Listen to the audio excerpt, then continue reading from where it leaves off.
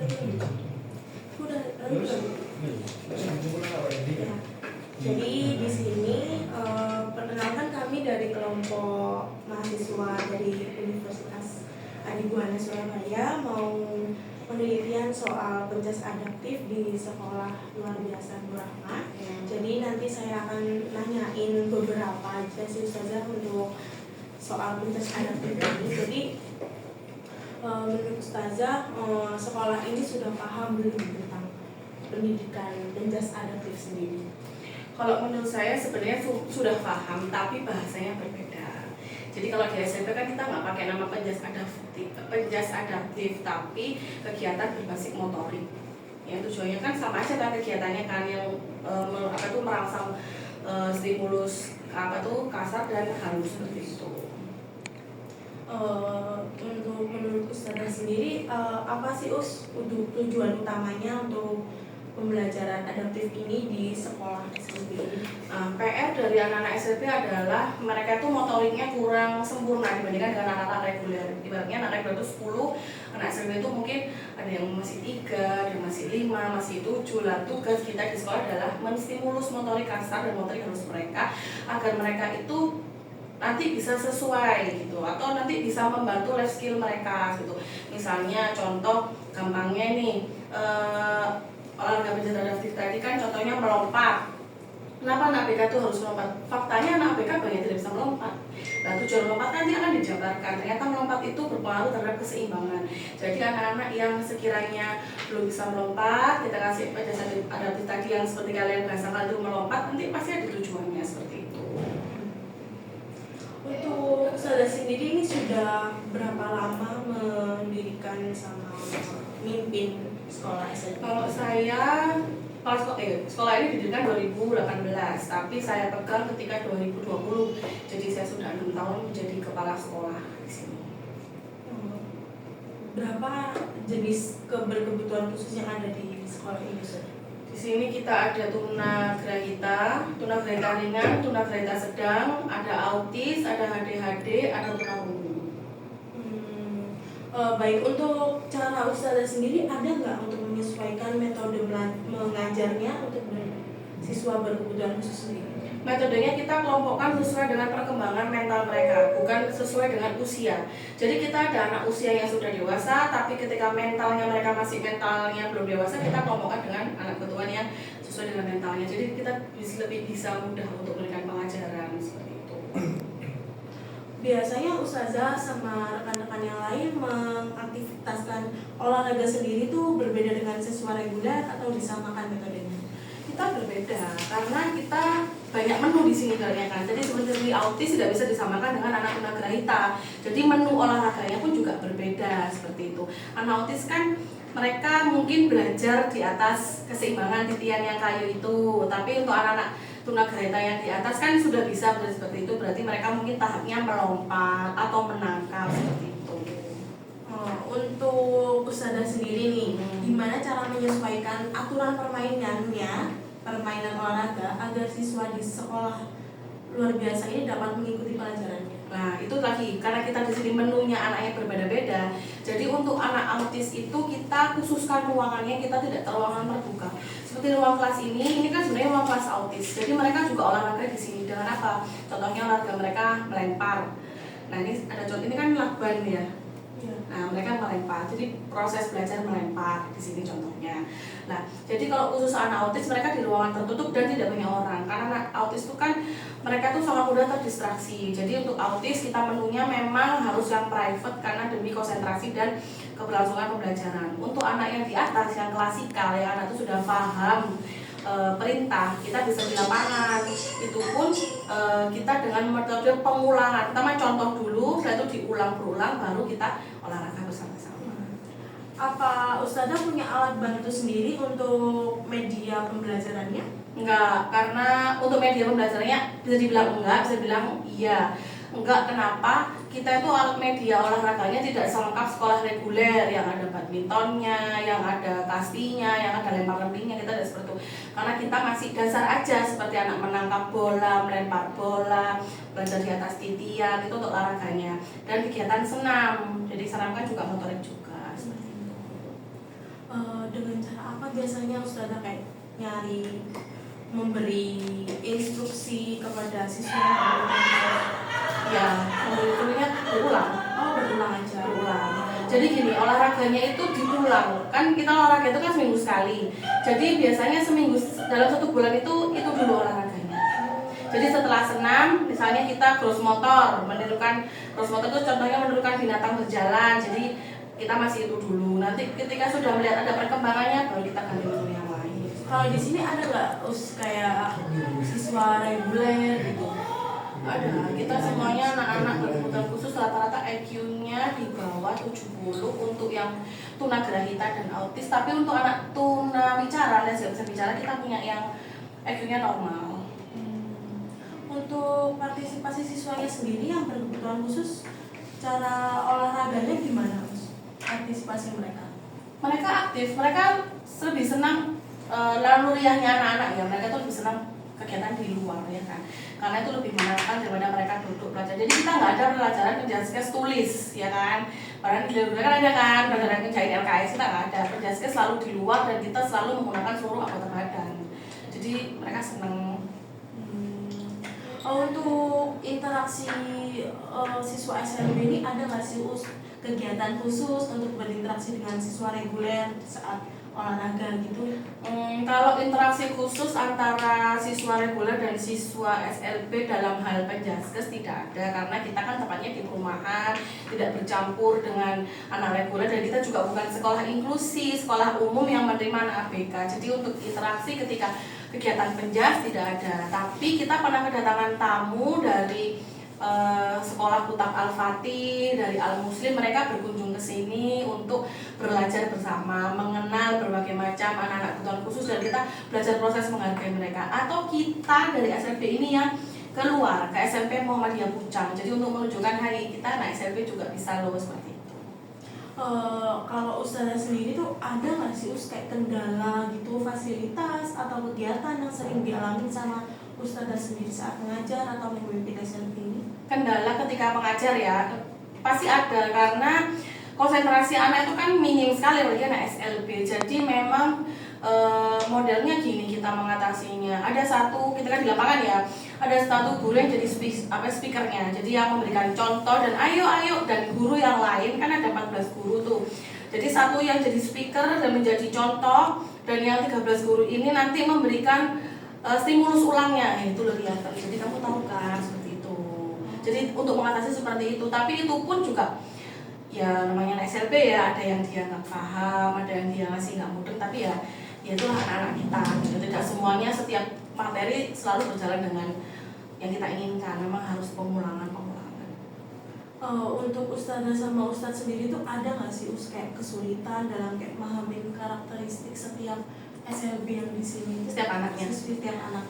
Ada, apalagi anak baru kan kita butuh pengenalan, butuh bonding. Tapi kalau untuk anak-anak yang sudah lama, kita sudah tahu anak ini bisanya di mana, anak ini fokusnya di mana. Oh, anak ini ketika kita menjelaskan contoh pergerakan ini, anak ini iso, gitu kan? Anak ini gak iso, anak butuh dibantu. Misalnya contoh kita olahraganya jungkir balik, ada yang dia udah bisa jungkir balik sendiri, ada siswa yang harus dibantu kakinya diangkatkan. Jadi kita sudah tahu kalau anak yang lama. Tapi kalau anak yang baru, ya kita asesmen lagi, kita pengenalan, kita bonding seperti itu.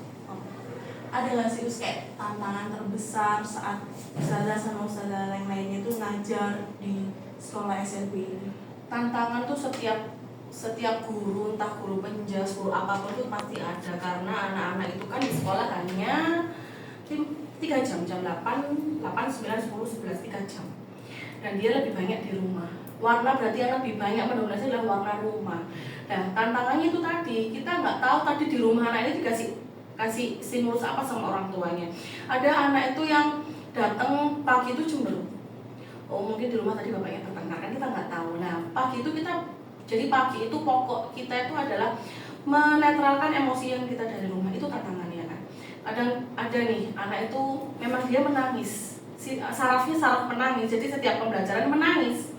Nah, itu juga tergantung mood dari rumahnya. Kalau mood dari rumahnya bete, nangisnya itu beda. Nangis terus dan sambil memukul atau mencubit. Tapi kalau dari rumah moodnya enak, menangisnya berkurang. Jadi nggak sepanjang pelajaran nangis, hanya mungkin setelah dikit dia menangis, ada seperti itu. Oh, biasanya kalau ustadzah sama ustadz ngalamin kesulitan dalam pembelajaran gitu, kayak ada nggak tindakan yang dilakukan gitu saat ada kendala gitu? Nah, misalnya nih, contoh ya, ini contoh yang terjadi di SLB. Di ruangan ini kan ruangan anak autis, terdiri dari 3 siswa, 2 guru, 3 siswa 2 guru. Ada satu laki-laki autis, dia itu belum bisa verbal, bisa ngomong, bisa apapun, tapi udah gede badannya. Dia tuh bahasanya kalau dia tuh sudah nggak mau di kelas, dan kalau kita ya kan kalau kita nggak betah di kelas kan, entah kita main HP, entah apa. Tapi anak autis bahasanya yang pacarnya keluar dari kelas ini dia dengan mengeluarkan kotorannya, BAB-nya. Jadi dikeluarin lah BAB-nya itu. Silakan ke ustadznya. Selesai nggak kelasnya? Selesai. Dia keluar, dia pulang. Itu yang terjadi lah. Itu kan kita, lah kalau sudah kondisi seperti itu gimana gitu kan? Anak ini harus segera dipulangkan. Dan guru yang standby di sini mengamankan karena tadi BAP-nya sudah mulai ke selabu itu, ke pintu itu semuanya. Jadi dipojokkan ke sana, dijaga 1 guru dan 2 guru dengan saya membersihkan kotoran BAP-nya. Jadi kayak gitu. Jadi kita sudah, itu contoh yang BAP. Atau contoh anak yang tantrum, ada anak itu tiba-tiba dia tuh memorinya kecampur. Tiba-tiba di pelajaran datang ke papan tulis, "Bu, belikan petek jago," jadi kayak gitu. Tapi kalau anak-anak dia nanti dia nggak mau, aku dosa ini telepon ayahku lah. Nah anak-anak yang lain kan, anak-anak yang kelihatan terus gitu kan kadang-kadang, oh posisinya nunggu tak gitu kan. Nah dia tuh nggak suka di konflik kayak gitu. Akhirnya apa? Dia tantrum seluruh sekolah, dia marahin. Nah caranya gimana? Kita ambil anak itu, kita ajak ke satu ruangan, ditenangkan di ruangan itu.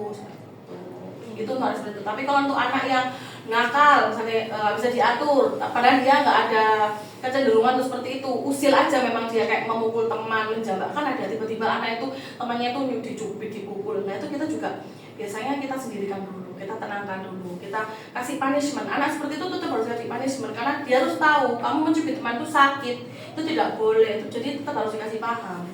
Kita sendirikan dulu biar pembelajaran tetap terlaksana sambil kita mentraining anak yang bermasalah. Jadi tergantung masalahnya Pak Ibu.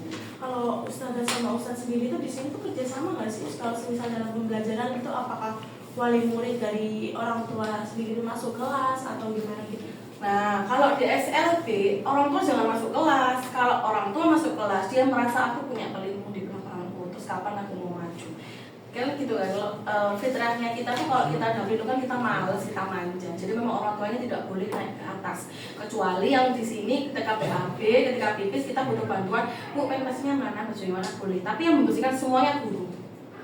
Bahkan kita tuh diajarin juga. Jadi untuk autis itu kita diajarin ke kamar mandi pipis sendiri. Gurunya juga belajar nyawi. Jadi untuk guru autis itu mereka sudah bolak-balik pegang kemaluan siswanya, bolak-balik pegang anus siswanya karena untuk belajar mereka membersihkan diri. Jadi orang tua jangan terlalu banyak mengkonfrontir ketika di kelas. Tapi untuk proses pembelajaran kita tetap diskusi di luar anak-anak. Jadi kan ada grup WA, kita ada jurnal. Jadi hari ini aku tuh selalu ada laporannya. Jadi nanti di grup kelas itu bagaimana, apakah ada yang ditanyakan terkait proses pembelajaran hari ini atau Bu anak saya kok dari kemarin nulisnya cuma AA aja, misalnya kayak gitu kan. Karena tidak semua orang tua tuh siap anaknya itu ABK. Dia selalu menganggap ya normal ya. Setiap orang tua tuh menganggap anaknya itu seperti yang lain, padahal kan tidak. Jadi seperti ada, kok kenapa anakku kok dari kemarin cuma nulis serat gitu. Padahal memang nulis serat itu kan belum bisa. Terus kita mau apa seperti itu? Makanya di SLB kita tidak menekankan pendidikan akademik, tapi pendidikan life skill. Jadi seperti olahraga juga termasuk. Jadi kita tuh setiap hari itu ya sebenarnya terkait dengan penjas adaptif tadi sebenarnya. Tapi bahasa di sini tidak seperti itu. Apa kebutuhan yang diperlukan ustadzah buat pembelajaran penjas adaptif itu sendiri agar lebih optimal? Kebutuhannya untuk sementara ini di SLB saya alhamdulillah sudah terpenuhi. Jadi ketika ketika mau membeli sesuatu kan kita pikirkan dulu. Seperti membeli bola ini kita kan sederhana aja ya. Kebutuhannya seperti bola kan kita mampu untuk membelikan. Badminton, terkait konsentrasi. Nah, badminton pun juga tidak semua anak bisa karena kan tidak semua anak itu konsentrasinya sudah bisa mengarah dalam satu fokus kayak gitu. Aman saja kalau untuk kebutuhan itu kita masih bisa memenuhi semuanya karena mereka benar-benar masih di level basic seperti itu. Apa sih harapannya ustadzah tuh kayak terkait sekolah ini, pembelajaran adaptif ini tuh kedepannya gimana gitu?